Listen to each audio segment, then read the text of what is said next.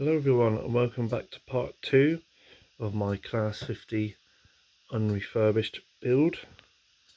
Today we're going to be looking at the sound decoder I fitted, and we're going to run up and down the layout so you can listen to that. I've got a speaker to fit in it as well, an upgraded speaker, so we're going to fit that and then we'll see how better the sound is. First of all, I forgot to mention last time in part 1 that the cab window should have a wind deflectors fitted. So that's something else I've got to add on. If we look at the Hornby model, you see the little plastic.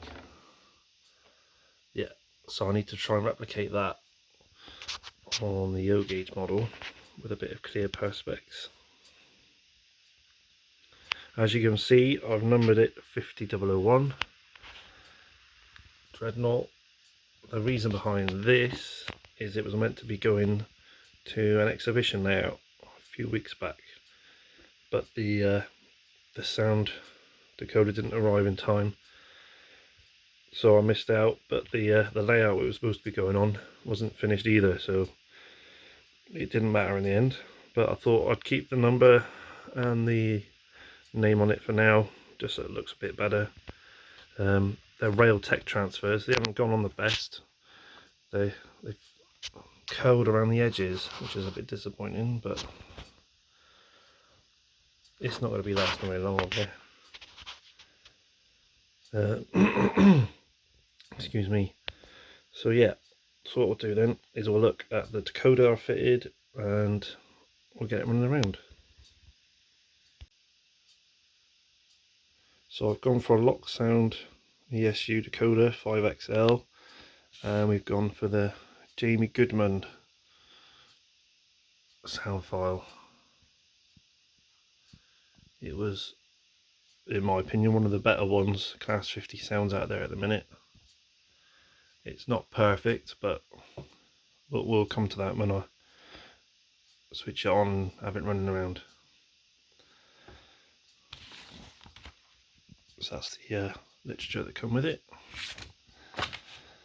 This is the replacement speaker I need to fit. At the moment it's just got a standard round bass speaker in it, in the fuel tank, so we'll fit that a bit later.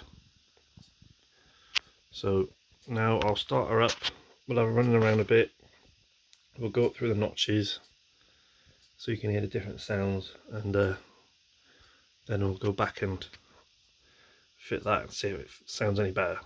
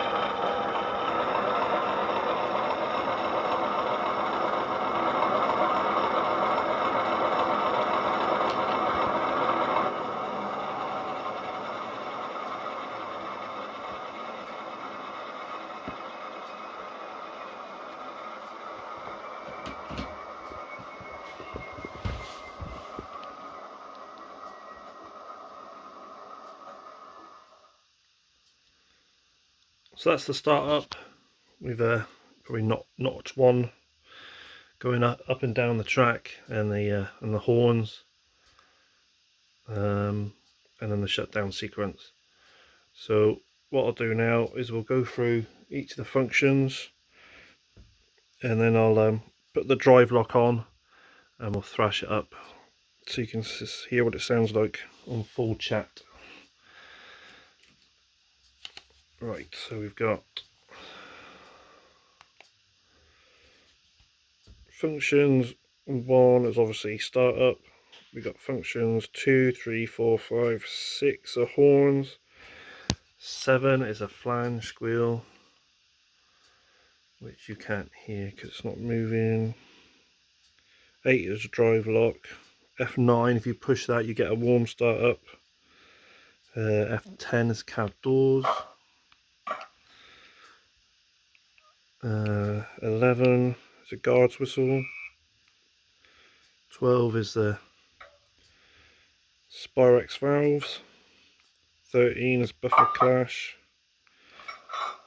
14 fades the sound in and out. And then we've got auxiliary functions 15 and 16.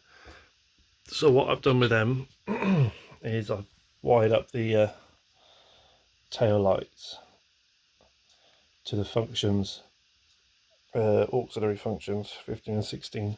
So if we're hauling train, wagons, passenger coaches, we can turn the tail light off or on rather than having it on all the time. So that's that.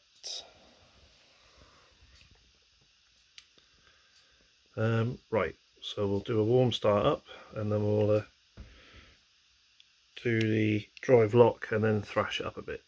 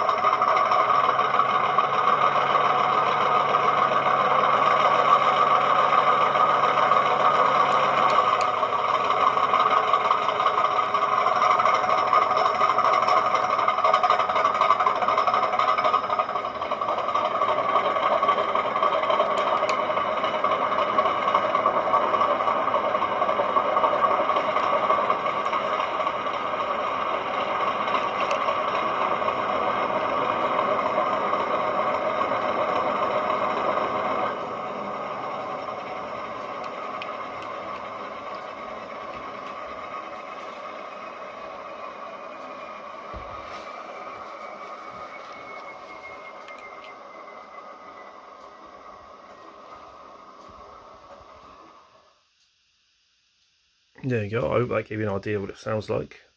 So what we're going to do now is we're going to fit the bigger speaker and see if that makes any, well, it should make a difference, but whether it'll make it any better, I don't know. We'll find out. So we've got the body off. There's the decoder all wired up. It gave me a bit of a headache to begin with, but once you get your head around it, it's not too difficult. So these are the speaker wires, so I'm going to disconnect them and then just connect this up temporarily without fitting it in properly, just to see if it works and if it sounds okay. And then we're going to look about possibly fitting it. I'll probably have to fit it into the roof of the body shell because there's not much room in here for this. Even though it was the one recommended, it's massive. So yeah, let's unscrew the speaker wires and see if this one works. So there it is, wired up. I've just stuck a bit of blue tack on the bottom of it, stuck the layout. I have given it a quick test before filming and it is very loud. So if you've got earphones in, you might want to turn it down. Right, let's start it up.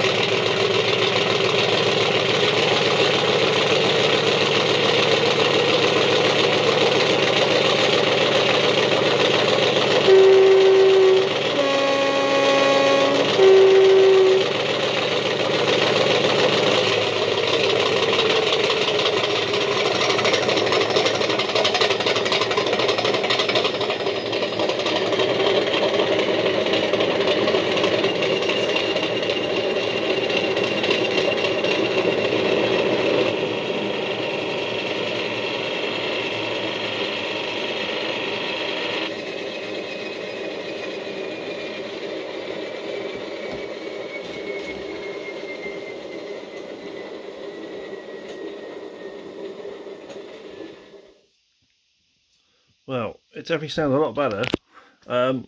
Whether I can fit it in now, that'll be the next job. So I'll get back to you in a minute, hopefully with the speaker fitted and the body back on. Well, that big speaker is fitted after a lot of moving around inside and modifying the shell a little bit, because I don't know why they've got little lugs inside, and that was preventing the body from going back on. I'm not going to open the body up again. Trying to cram all the wires in was a nightmare. So it's fitted, it's on. So I'll start it up and you let me know if it's any better or not.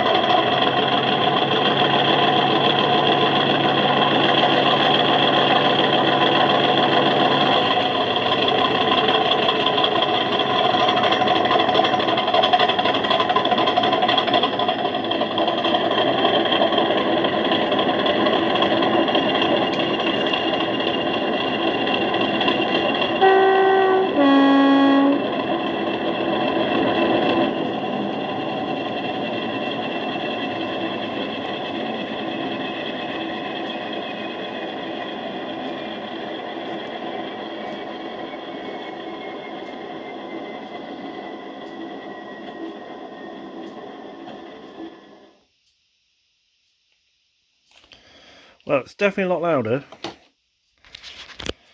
Whether it's better or not, I think that's probably personal preference, isn't it? Oh, my fingers over the lens. Look. Yeah, it's quite hard work getting it in there, that big speaker, and the effort involved. I don't know. I'm on the fence, I suppose.